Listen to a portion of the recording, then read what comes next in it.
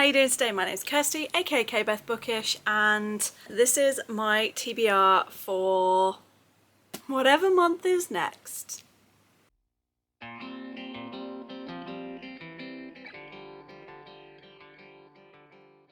As always, I said to myself that I was going to take it easy, especially considering during the month of July, I have been in the most horrendous reading slump, especially when you consider how well I did in June with, what was it, 10, 11, something like that books done. And it was the best reading month I'd had so far this year.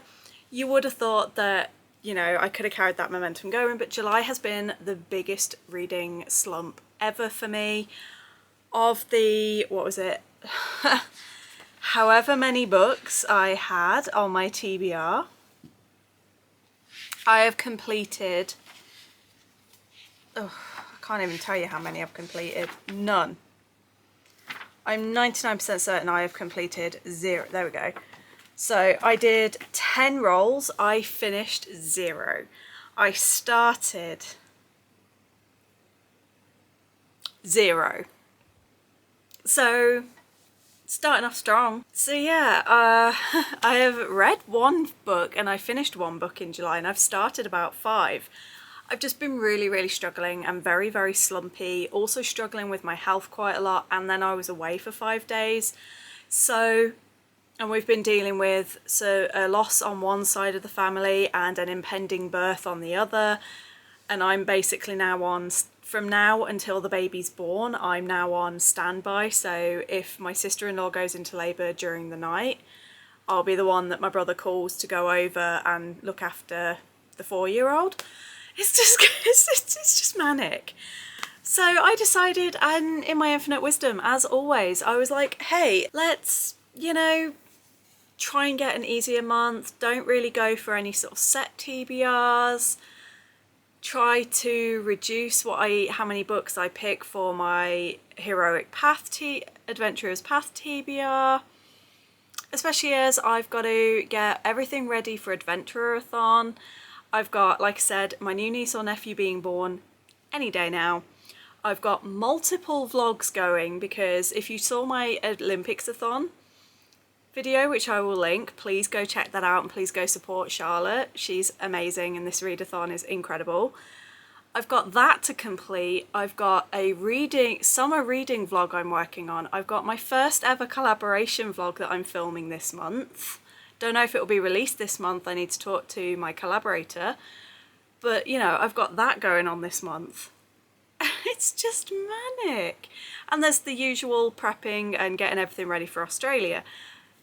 And again, part 1 of I will be doing an Australia series soon, and part 1 will be coming out in August as like a little how we booked flights, visas, etc.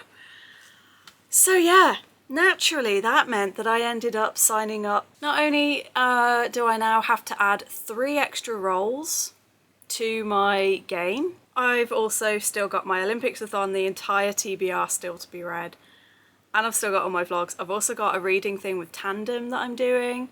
There is just so much. But anyway, we're gonna I've had to basically say I'm not gonna do certain ones, because Cliterature Readathon has round 2 coming up, but that one's only a week long, and I was like, do you know what? I've got enough stress going on in my life. I'm not gonna do that. And I've also decided not to do Crystal's Pick Pong-a-thon.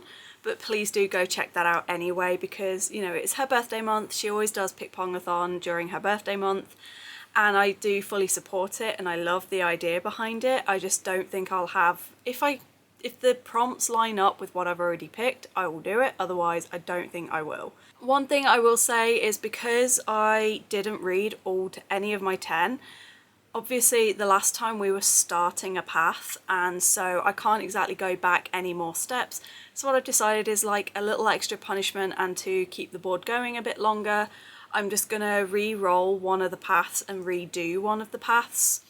So yeah, we're just gonna do that instead of doing the steps backwards, and just redo a complete pathway on the board. So let's go to the board, let's see what we get, and I will see you all shortly, I guess.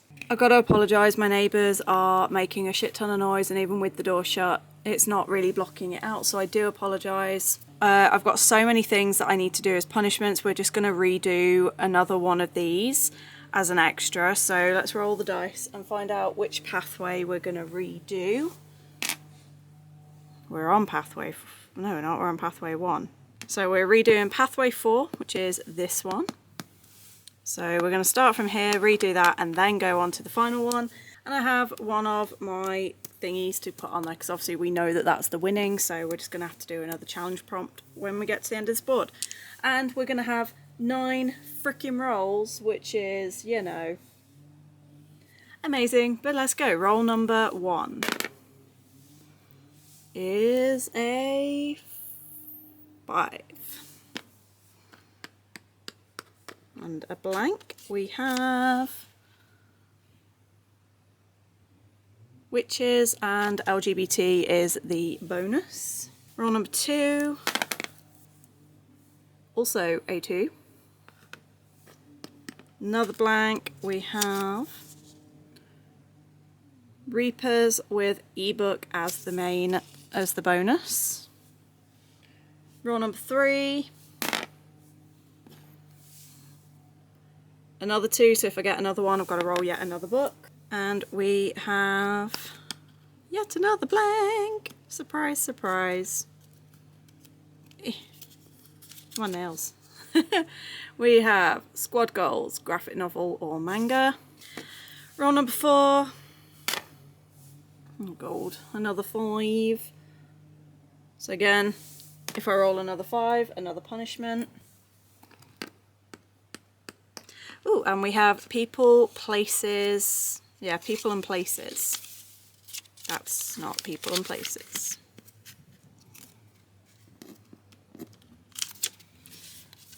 And we have Ilaria Ruins historical setting. Roll number 5 is a 4. And we have another blank, and that will be transgender or non-binary rep. Roll number 6. Another 4. This is getting precarious now. I've got a feeling there's going to be at least one punish prompt roll. 1, 2, 3, and another blank. This time we have animal companion or main character, and audiobook is the bonus.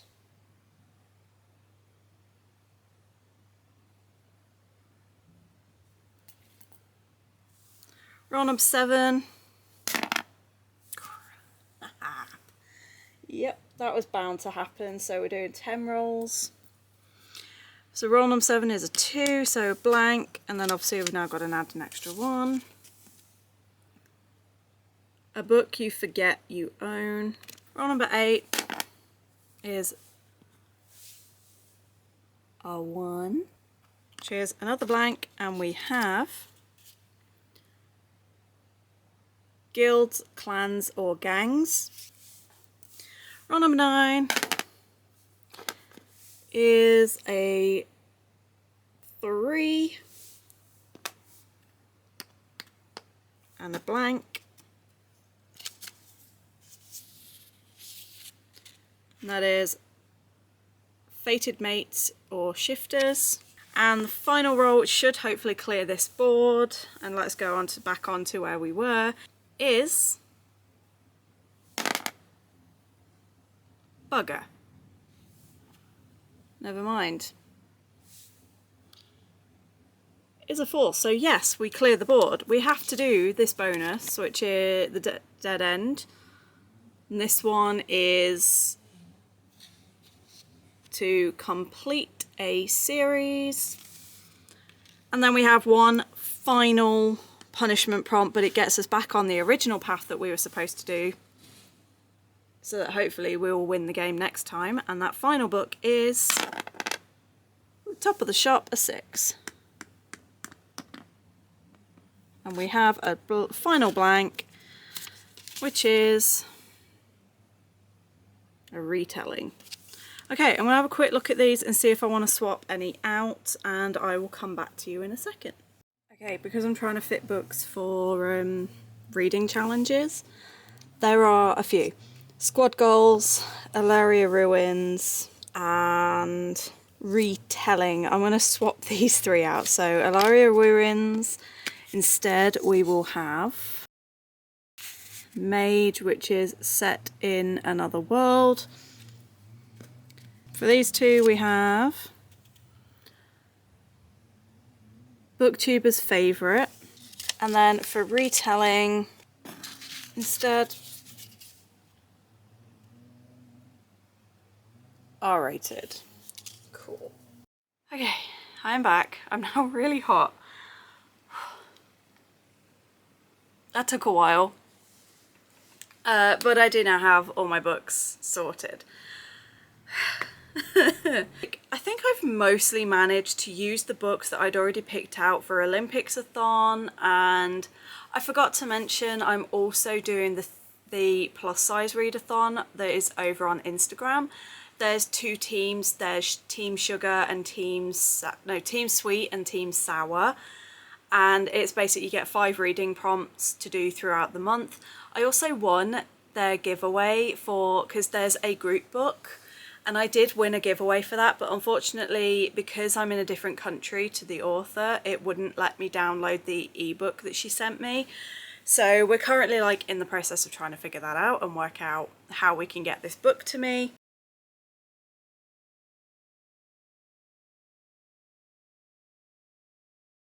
Like most of the books on those separate TBRs I have managed to incorporate into this, so we're just going to go into it. So roll 1 was Witches, and LGBT being the bonus. For this I will be reading The Honey Witch by Sydney Shields. This was kind of like a possible for July, but is an absolute must for August, as it is an important one for the month. Second, we had Reapers and ebook for the bonus. For this one I've gone with Darker by 4. I did start this 2 months ago. I got 3 chapters in, was really enjoying it, but then the reading slump kicked in, so I did put it down, but I was really enjoying it, and it does feature Reapers, so that one I'm definitely going back to. Number 3 originally was Squad Goals. I traded that out and instead I got Booktuber's Favourite. And for this, I can't tell you a specific booktuber, but I do remember about 2 years ago, this was on a lot of people's sort of yearly favourites. And a lot of people really seemed to love this one. And that is The Spanish Love Deception by Elena Armas. This is also one of the books that I have picked out for my summer reading vlog. So it is definitely one that I intend to get to. Then it was another one that I swapped out, which was Ilaria Ruins. I swapped it for Mage, which is a book set in another world. And for this, I've gone with Promise of Blood by Brian McClellan. This is very much one of the ambitious picks. I am fully aware I'm probably not going to get to it, but I added it anyway because it is on one of those vlogs hit list, and therefore it gets added to pretty much every TBR I can at the moment, and it will eventually get bloody done. Number 5, a book with a trans or non-binary character. This is a reread and is also one from the Olympics-a-thon TBR, and that is The Sunbearer Trials by Aidan Thomas. The main character of this is trans, and at least one non-binary character in this book. Number 6, an animal companion, and audio is the bonus for it. And I can fulfill the bonus because Get a Life, Chloe Brown. The cat's on the cover. Look at him. The cat is on the cover. And the cat is also quite an important part of this story. The cat moves certain things within this book ahead. Speaking of cats, kitty. Hi, Jinty. A book you forgot you own. Despite it having been sat on a pile in front of me for a couple of weeks now and is one of the books for my summer vlog, I still keep forgetting that I own this book. I think it's because it has another name in other countries, and that is You and Me on Vacation by Emily Henry. I can't remember what the other name for it is. Hang on. It's great. Now I have a camera, I can use my phone to look things up and I don't have to wait. It's so good. People we meet on vacation.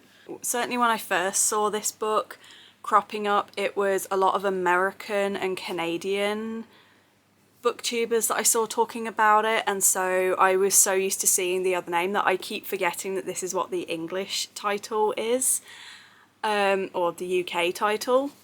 So yeah, I just keep forgetting that I own it. Number 8, Guilds, Clans and Gangs is another one that is not only on my rereading favourites, that's another vlog that I keep forgetting I'm doing. Rereading like favourites from the past 5 years of booktube, and this one is also on my Olympics-a-thon, so I figure it would be great to bring in, and that is Only a Monster by Vanessa Len. This features different families who all have different sort of powers, and so even though it doesn't necessarily fit into exactly guilds, clans and gangs, I'm counting clans as the family. Fated Mates and Shifters. For this one I will be reading Love Cursed by Liesl Layton. That is a real mouthful to try and say.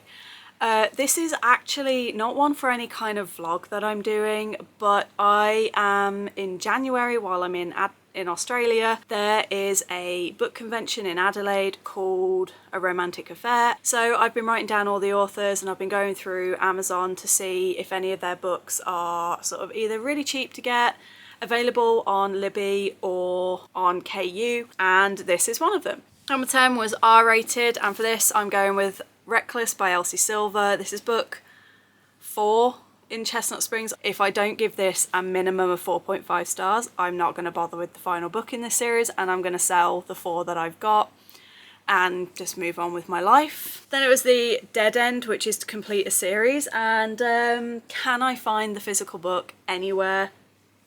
No. I know it's in this house somewhere. I have just gone and looked through the whole house and I could not see it, but I was doing a very quick rush look, so I should probably go up and check properly in a bit. But that is Night Shadow by Sebastian de Castell. This is another one. Am I likely to get to it? Am I being very overly ambitious? Absolutely. And absolutely not. I'm not going to probably get to it. But it's the final book in the Greatcoat series. It has been 2 years.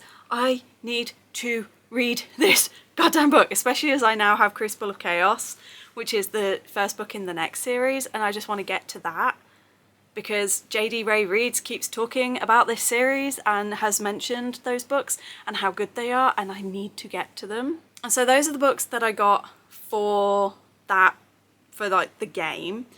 And then for the plus size readathon, as I've already said, I have decided to join Team Sweet because I had more books that fit that. So the first of the prompts is Me Espresso, a popular plus-size book talk or booktube book. For this I have got Take a Hike by Mimi Grace. I've had this for a while. I was waiting for the next Thick Thighs readathon announcement, but I don't know when that's going to be, so I'm going to use it for this readathon. Next up we have Double Dip, an author I've loved before, and this one's a reread, and that's going to be Get a Life, Chloe Brown. Then we have Sweet Like Cinnamon, and this one has been giving me actual pain to try and find a book for because it's a plus size male character. As we all know, I'm not the biggest super heavy spice person. The majority of the books I've found have been very heavy on the spice. It's just been it's so vague. Like, the men are described as being big. That doesn't tell me if they're plus size. That could be big and muscly. That could just be that they're very tall and broad. And I've been finding that sometimes book covers can be misleading and making you think that maybe they're plus size, but in actual fact they're quite fit, and you're like, well, why does the cover not reflect this?